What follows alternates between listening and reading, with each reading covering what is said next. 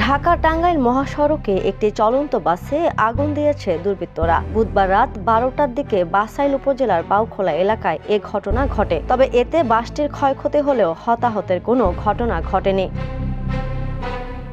Police ও স্থানীয় একাধিক বাসিন্দা সূত্রে জানা গেছে, ঢাকা টাঙ্গাইল মহাসড়কের ওই স্থানে উত্তরবঙ্গগামী লেনে দুর্ঘটনা হয়। এ কারণে সেখানে ধীর গতিতে যানবাহন অতিক্রম করছিল। ঢাকা থেকে পাবনাগামী স্টার বাংলা নামের যাত্রীবাহী বাস রাত 1টার দিকে ধীর গতিতে ওই স্থান অতিক্রম করছিল। এ সময় বাসটির পেছন থেকে বিকট শব্দ শুনতে পান যাত্রীরা। সঙ্গে সঙ্গে যানটিতে আগুন লেগে যায়। এ সময় যাত্রীরা দ্রুত বাস থেকে নেমে পড়েন, ফলে হতাহতের কোনো ঘটনা ঘটেনি।